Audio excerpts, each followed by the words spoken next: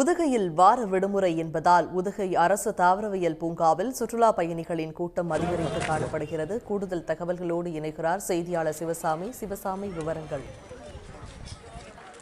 சர்வதேச சுற்றுலா தலமான உதகை நகருக்கு ஒவ்வொரு வார விடுமுறை நாட்கள் மற்றும் தொடர் விடுமுறை காலங்களில் அதிகமான சுற்றுலா பயணிகள் வருவது வழக்கம். அதே போலதான் இன்றைய தினமும் வார விடுமுறை என்பதனால் ஏராளமான சுற்றுலா பயணிகள் காலை முதலே இங்க இருக்கக்கூடிய சுற்றுலா தலங்களில் குவிந்திருக்கிறார்கள். குறிப்பாக உதகைக்கு வரும் சுற்றுலா பயணிகள் மிகவும் கவர்ந்திருக்கக்கூடிய உதகை அரசு தாவரவியல் பூங்காவில் தான் கூட்டம் என்பது காலை முதலே அதிகமாக காணப்படுகிறது.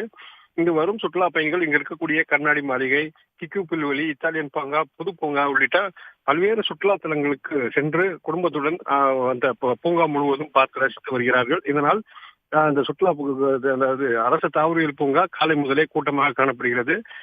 கடந்த வாரம் தொடர் விடுமுறை காரணமாக கூட்டம் அதிகரித்திருந்த நிலையில் கடந்த சில நாட்களாக கூட்டம் என்பது இல்லாமல் வெறிச்சோடி காணப்பட்டது. இந்த நிலையில்தான் தமிழகத்தின் பல்வேறு மாவட்டங்களைச் சார்ந்த சுற்றுலா பயணிகள் மட்டுமின்றி அருகே இருக்கக்கூடிய கேரளா, கர்நாடகா உள்ளிட்ட பல்வேறு மாநிலங்களைச் சார்ந்த சுற்றுலா பயணிகளும் காலை முதலே வந்திருக்கிறார்கள்.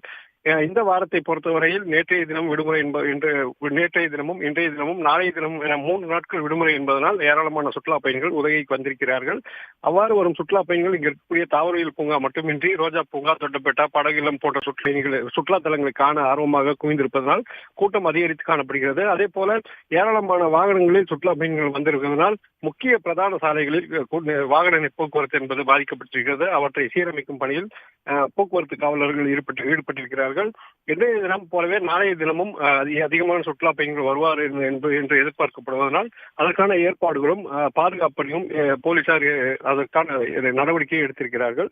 தாவரவியல் பூங்காவை பொறுத்தவரையில் இன்று மதியம் வரை 10,000க்கும் மேற்பட்ட சுற்றுலா பயணிகள் கண்டு ரசித்திருக்கிறார்கள். இன்று மாலை வரை சுமார் ஆயிரக்கணக்கான சுற்றுலா பயணிகள் வருவார்கள் என்று எதிர்பார்க்கப்படுகிறது. உடனுக்குடன் செய்திகளை தெரிந்து கொள்ள சன் நியூஸ் பெல் ஐகானை கிளிக் பண்ணுங்க.